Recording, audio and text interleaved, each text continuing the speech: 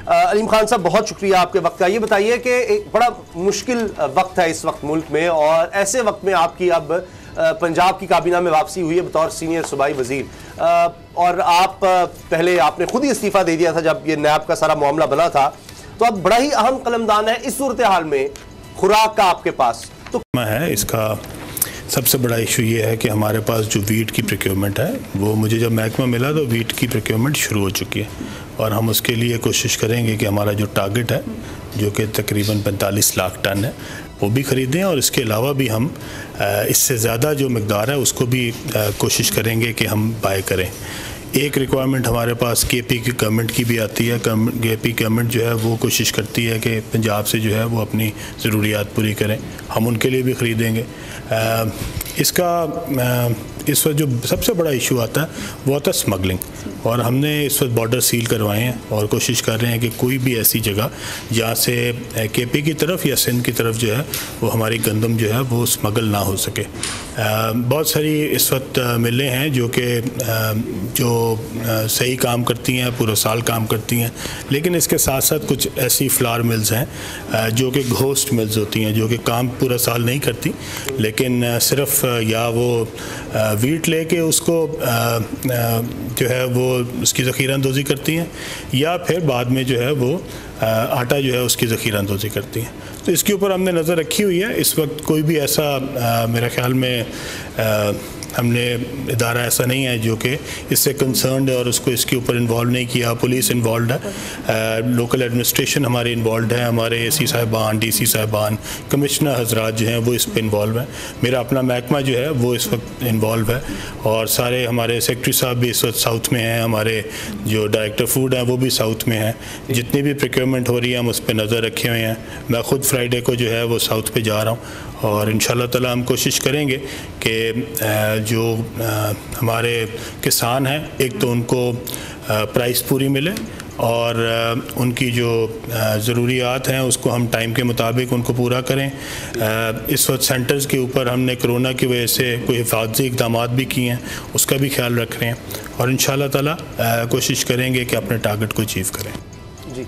अच्छा अलीम खान साहब, ये जो आटा चीनी स्कैंडल के हवाले से जो अभी फोरेंसिक रिपोर्ट आनी है, अगर वो आती है और वफाकी हुकूमत आपको जिम्मेदारान के खिलाफ कार्रवाई का कहती है, तो इस हवाले से आप क्या कार्रवाई कर सकते हैं और उसका तरीकाकार क्या होगा? देखें, जो हमारी जो रिक्वायरमेंट्स हैं वो बड़ी क्लियर हैं, बड़ी मेरे ख्याल में इजी हैं।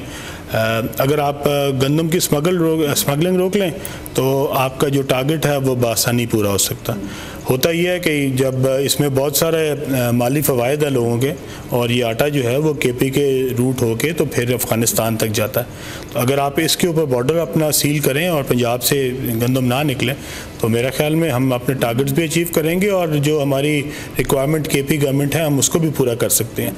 सिर्फ ये है कि स्मगलिंग रोकनी है, एक स्मगलिंग रोकनी है और ज़ख़ीरा अंदोज़ी रोकनी है।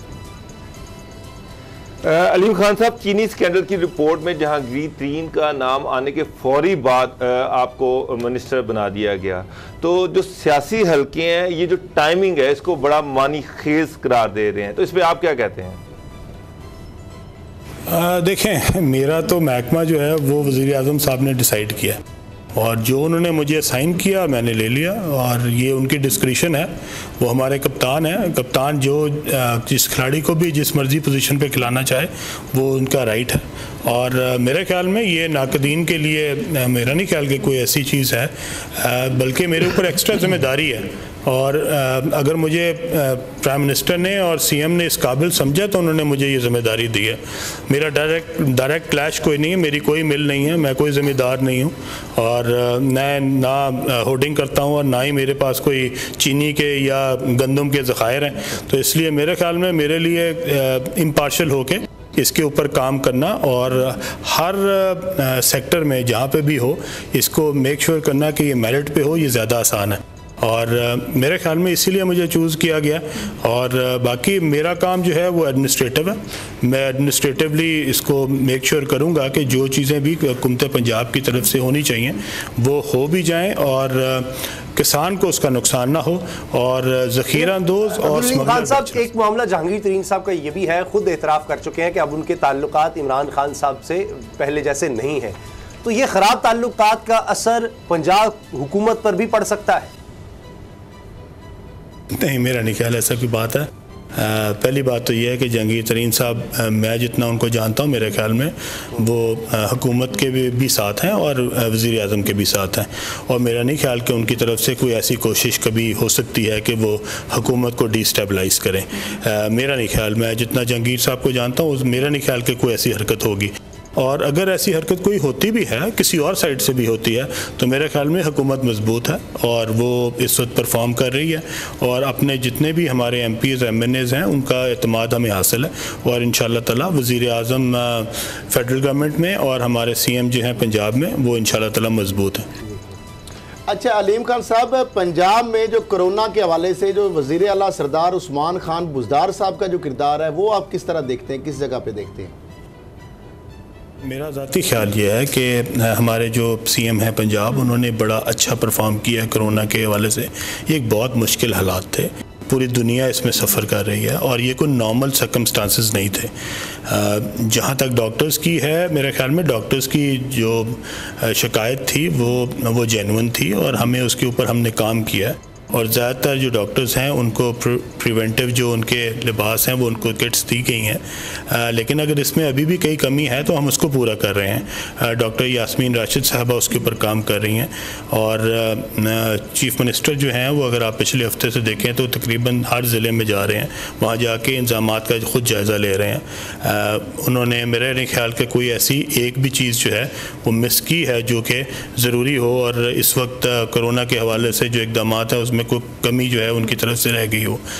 बाकी ये है कि ये एक गैर मामूली हालात हैं और ये कोई नॉर्मल सर्कमस्टांसेस नहीं है, और जब आपके गैर मामूली हालात हों तो उसमें मेरा ख्याल में बहुत ज़्यादा तनकीद करने की बजाय हेल्प आउट करना चाहिए और कोशिश करनी चाहिए कि हम सारे मिल के इस वबा से जो है वो निकलें, क्योंकि इसका नुकसान जो है वो सिर्फ बीमारी की शक्ल में या अमवात की शक्ल में ही नहीं है, बल्कि इसका बहुत बड़ा नुकसान जो है वो फाइनेंशियल भी है और इसका आम आदमी को, गरीब आदमी को इसका बहुत बड़ा नुकसान होने का खदशा है। एक सवाल जो पंजाब में हर शख्स पूछ रहा है वो ये है कि लॉकडाउन कब ख़त्म होगा और क्या ये भी चांसेस है कि लॉकडाउन को पंजाब में मज़ीद बढ़ा दिया जाए?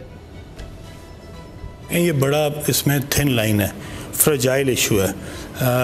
होनी चाहिए, सोशल डिस्टेंसिंग होनी चाहिए, कारोबार जो है उसमें इस बात का ख्याल रखना चाहिए, लेकिन इसके साथ साथ एक मसला और भी आ रहा है और वो ये है कि रोज़गार, ठीक है, लोगों के पास खाने के लिए नहीं है। अगर आपका कारोबार बंद हो तो अच्छा खासा अमीर आदमी जो है वो भी अपने महीने बाद, 2 महीने बाद बहुत डिस्टर्ब हो जाता है। उनके ऊपर भी जिम्मेदारियां होती हैं, उन्होंने भी बिल्स देने होते हैं, उन्होंने लोगों की तनख्वाहें देनी होती हैं। अगर आपकी फैक्ट्री ना चल रही हो, कारोबार ना चल रहा हो, तो आप कहाँ से लाएँ, कहाँ से जो है वो अपने बिल्स दें, कहाँ से लोगों की तनख्वाहें जो है उनको पूरा करें। इसी तरह जो गरीब आदमी है उसके लिए अगर उसको दिहाड़ी नहीं मिल रही, उसका कारोबार बंद हो गया है या उसका काम काज बंद हो गया है या उसकी नौकरी में से उसको पैसे नहीं मिल रहे, तो वो कैसे गुजारा करे, आगे महीना कैसे चलाए? तो मेरा ख्याल में ये बड़ी ही इसमें सोच के साथ इस दोनों चीज़ों को बैलेंस करके चलना पड़ेगा। सिर्फ लॉकडाउन कर देना, पूरा मुल्क बंद कर देना, 22 करोड़ लोगों को अंदर बंद कर देना और 1 महीने बाद इनको बाहर निकाल लेना, मेरे ख्याल में उसमें इनका लोगों का सर्वाइवल पॉसिबल नहीं है।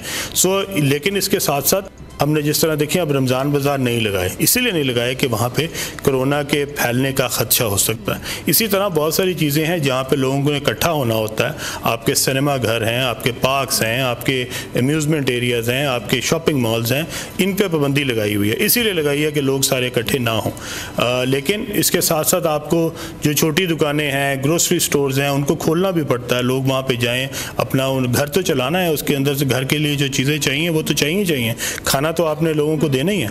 इसलिए कोशिश कर रहे हैं कि इन दोनों चीज़ों को बैक वक्त लेके चलें और जैसे मैंने आपको पहले कहा कि मुश्किल हालात हैं, इसमें मुश्किल फैसले करने पड़ रहे हैं और इसमें लोगों को तनकीद करने की बजाय हुकूमत का साथ देना चाहिए। खान साहब, सीनियर सूबाई वजीर सूबा पंजाब, आपने हमें वक्त दिया। क्या आप कोरोना के खौफ से हैं डिप्रेशन का शिकार? अब ना हो परेशान, बोल ला रहा है महफूज पाकिस्तान के तहत डॉक्टर ऑनलाइन। माहिरीन सेहत से पूछें कोरोना से मुताल्लिक अपने सवालात। राब्ते के लिए फोन उठाएं और डायल करें 021-350-91425, 021-3509-1433। लाइव कॉल्स दोपहर 2 से 3 और शाम 5 से 6 के दरमियान। आप अपने सवालात व्हाट्सएप पर भी भेज सकते हैं 0337-0310-377। जवाबात स्क्रीन पर दिए गए औकात मुकर्ररा में नशर किए जाएंगे। सुबह 10 बजे, सुबह 11 बजे, शाम 7 बजे, रात 8 बजे, रात 10 बजे और रात 11 बजे। तो जुड़े रहिए बोल के साथ, क्योंकि बोल का पैगाम महफूज पाकिस्तान।